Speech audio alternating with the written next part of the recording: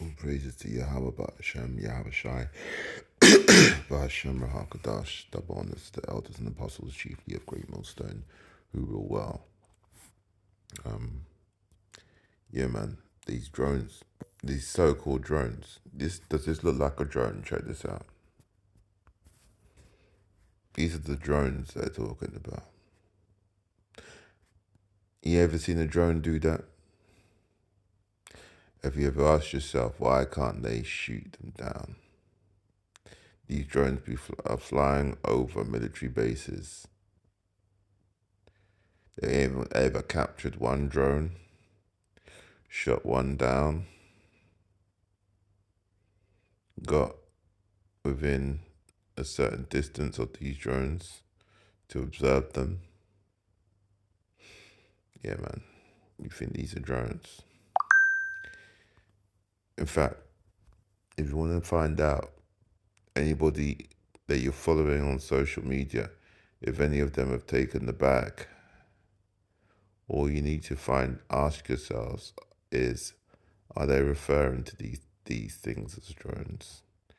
Because just as you could see who was being influenced on social media by using different words, so it's the same way you can see here. Let's get some scriptures.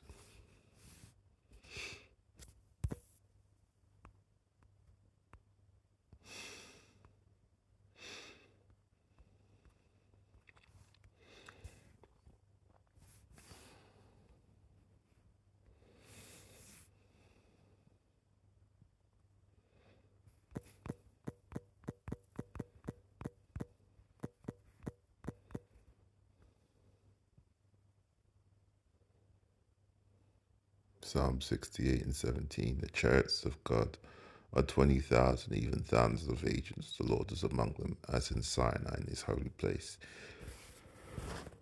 So the first thing you see, man, is that there's chariots, and there's little mini chariots coming off them, and there's bigger chariots, you see brighter than the sun. And these are just here to observe. They're on standby. They're just taking their positions, and when the Howard says it's time, they're gonna release a whole load of kick-outs, man.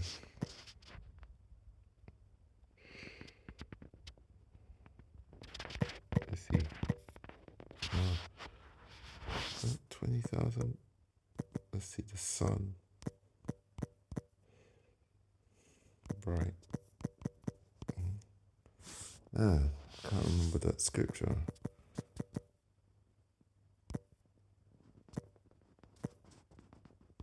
Let's see, 1,000. If I say sun, I'm gonna just see it. I can see brighter by itself. Oops.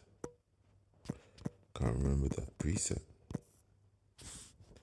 Trying to tell me that bright isn't in the whole Bible.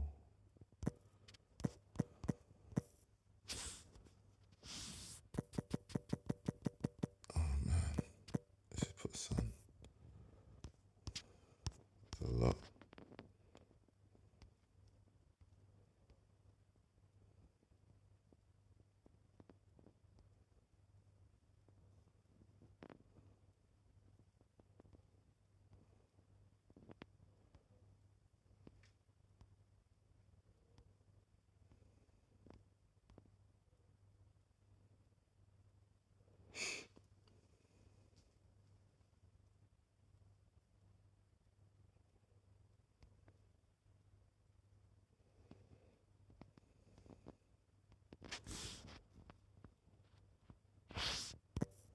Still looking, one sec.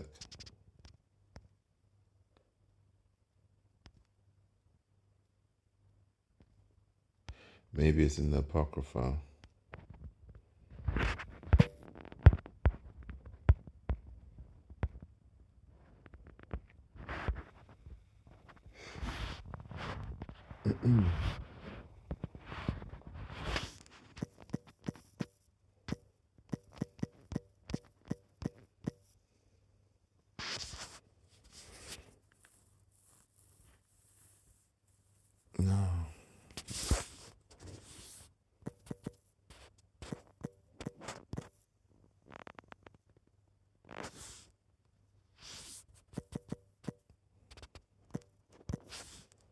It's something like the eyes of the Lord.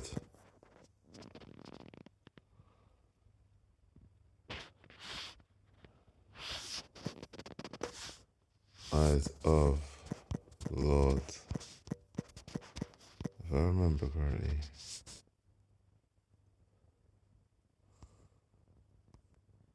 That's going to be a lot. There's a scripture that says, I can't remember it, can't come to mind.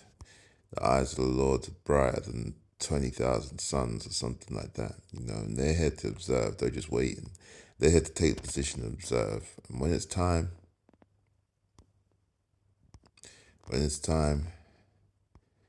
they're going to do what they got to do, man. Esau going to come out and fight them. They see that one about happily being found to fight against the Lord themselves. Happily.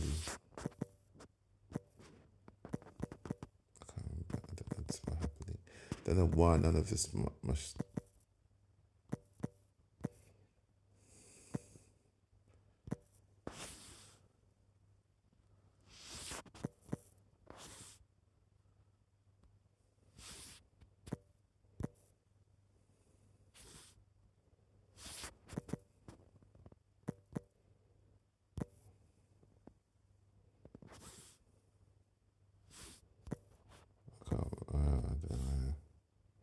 Something's going on with me, man. Today I can't get any of my precepts out. Mind it really straight, but yeah, there's Luke 21 as well, and Jeremiah, I think 1 and 10, which we will get. Jeremiah.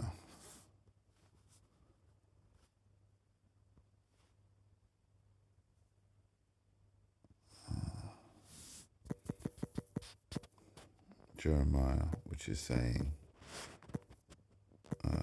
dismayed at the signs of heaven.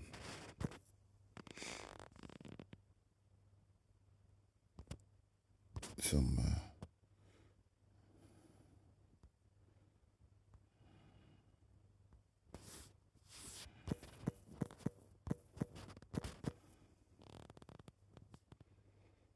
Ten and 2. Thus saith the Lord, learn not the way of the heathen, and be not dismayed at the signs of heaven, for the heathen are dismayed at them. Right now, Esau looking up, trying to figure out what the hell's going on. Esau's in dire straits, We see that straits. There's another scripture that reminds me of that. Straits. I think it's spelled like that.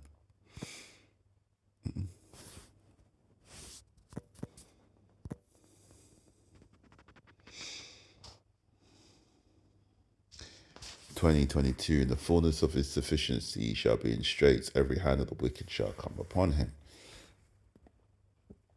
He's going to be worried. Travail is another one that comes up to mind.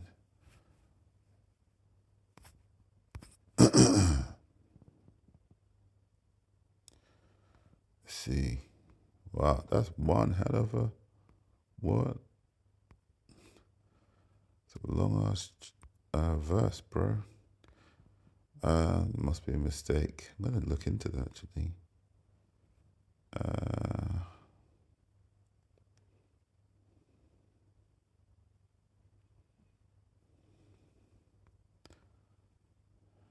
I think it's Jeremiah basically.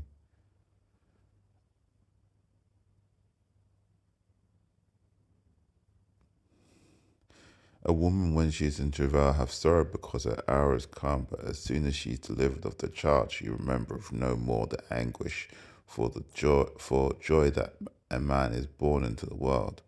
So we understand that we're going to go through some shit right now as we're in Jacob's trouble, but on the other side of it is just joy. Jeremiah 49:24.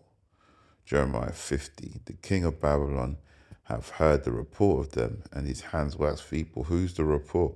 Who's them? It's the Yahweh Shai, man. Know that They're coming for him, man. Anguish took hold of him, and pangs as of a woman in travail, and also all the other nations that are after him.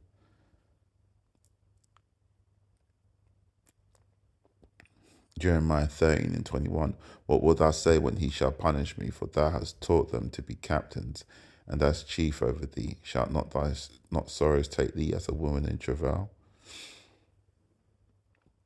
Jeremiah 30:6. Ask ye now, and see whether a man doth travail with child. Wherefore do I see every man with his hands on his loins? And these drones ever even started their shit yet, man. They're about to turn the dial up on this place. Let's end with Luke 21, because this is what we're supposed to do. We're supposed to be looking up, keeping our eyes on the skies, man. And I'm gonna see if there's any more in that. Where are we now, Luke? Ooh, Luke 21.